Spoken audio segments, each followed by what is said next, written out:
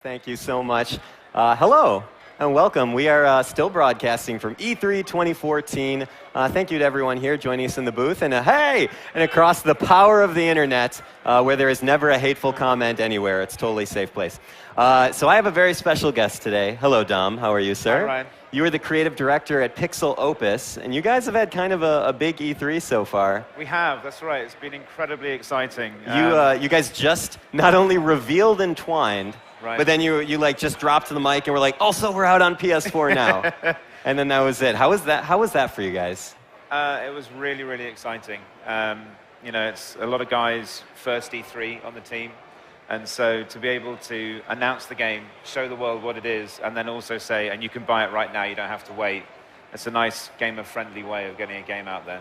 Awesome. Well, the team itself is actually quite an interesting part of this story. So Absolutely. Why don't you tell us about how this team came together? So about 2 years ago, the San Mateo studio began an incubation program. And some of the people I work with, Alex Lee and Ken Inagaki, began that as a way of trying to find innovative ways of making games and trying to get up to speed with what the latest state of gaming education is in America. And that actually led to this team being brought in as interns. And then after they made a few prototypes, I think they recognized the amazing talent they have, and they hired them full time. And then myself and another old-timer, Jeff Sengali, who's the group You keep saying old-timer, but you couldn't be a hair over 19. Clearly. Thanks, Ryan. And then so I had worked with Jeff Sengali before, and we had a bit of experience working with small teams, and we're also really interested in gaming education. And so we joined the team, and that was about a year ago, and then here we are with our first game. Awesome. Well, congratulations. Thank you. I mean, excellent. I think also, and correct me if I'm wrong, but I think I read that this team is actually a very diverse group of students, or graduates rather, and that you were representing a number of different countries just on this one team alone. Do you want to speak to that and how it influenced development? It's unlike any group I've worked with in that regard. There's 5 different countries, so we've got England, America, China, South Korea, India, and because the vision for the game is completely shared, we have a flat hierarchy, you can really feel that cultural diversity living in the game, I think. We've got a very Asian-influenced story, which comes from Chinese mythology. Right. We've got the theme of reincarnation, which lives in the level structure. And that's a very, obviously comes from our Indian background on the team as well. And we also have a much healthier ratio of men and women on the team. So 4 of the 10 of us are girls as well, which I think really helps. So you've got a much broader appeal to the game, which comes from that. Wonderful. And all that creative energy kind of comes together, and as you said, it sort of has coalesced into a shared vision between all those different ideologies and backgrounds and everything, which is amazing. Yeah. I should have probably started this presentation by explaining what Entwined is. So why don't we take a moment, totally on time, talk a little bit about how the game is actually built and how you guys have designed it. So it's a game about 2 souls who are in love but can't be together. And that idea lives in the game design through learning to control these 2 characters simultaneously. And in the main portion of the game, the left-hand stick controls the fish and the right-hand stick controls the bird.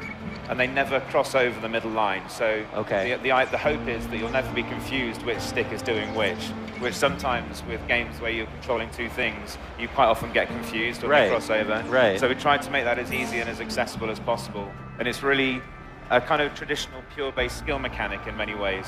It's very elegant, simple design. And you just have to get better and better at negotiating these obstacles that are addictive to fly through, and they make nice patterns and gestures.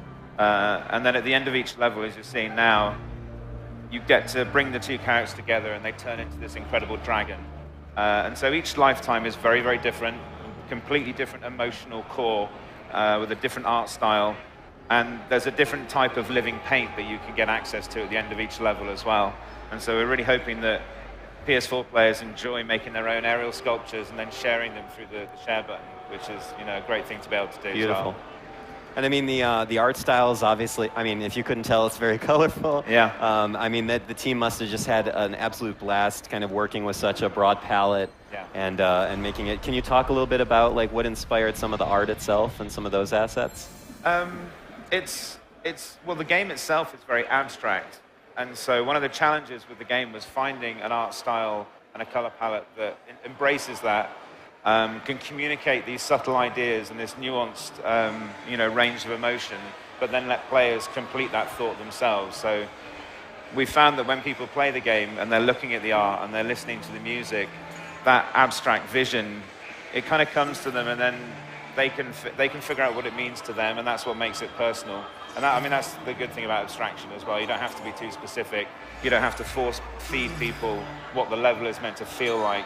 And so, yeah, that was the main kind of origin for the art style, was trying to get something that could work with that abstraction and then also work in motion. So Jeff and the art team have had a real challenge trying to design these levels that are constantly moving, but it turned out really well. Yeah, and do you want to just describe kind of what we're seeing here? Because we just saw the beginning of the third lifetime, correct? Yes. Okay, awesome. And this is kind of would this be typical? I haven't played the game yet. Yeah. I apologize. No, it's okay. Forgive me, please. But yeah, tell us about how kind of this lifetime is set up and how maybe it compares to some of the other ones. This lifetime is about loneliness, which is why there's an ice feeling to it. It's cold.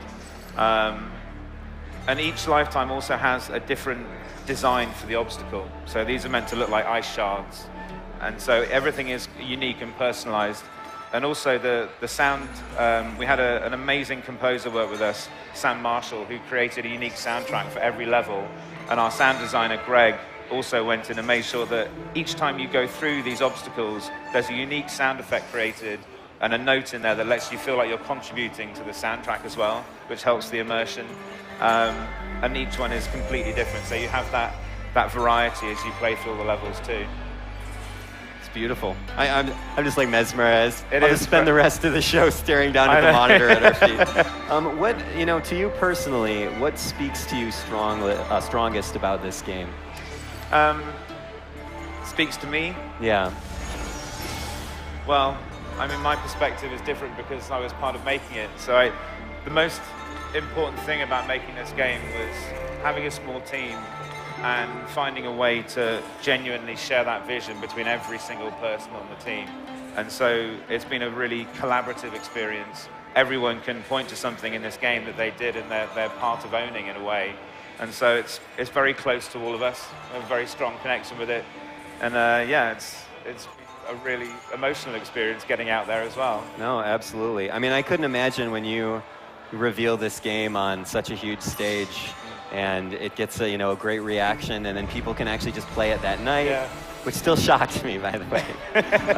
I mean, that must have just been amazing for the team. What would you say how does the rest of the team feel? I mean, how are they doing? They are so excited. I think for me and Jeff, one of the biggest privileges of going through this experience with them is getting to see the game industry through their eyes. Yeah. It's really healthy to be reminded why we do this. Making games is a privilege, and it's such a joy to see them so excited. They're full of energy, exuberance. They've got so much passion, and we get to sit here and watch it through them and live that with them, and it's just been a real joy. Beautiful. Well, thank you so much. I think we're out of time, but Dom, I really appreciate it. And thanks, congratulations to you and the team. And I think actually, why don't we end fittingly with a trailer for Entwined? So stay with us and enjoy.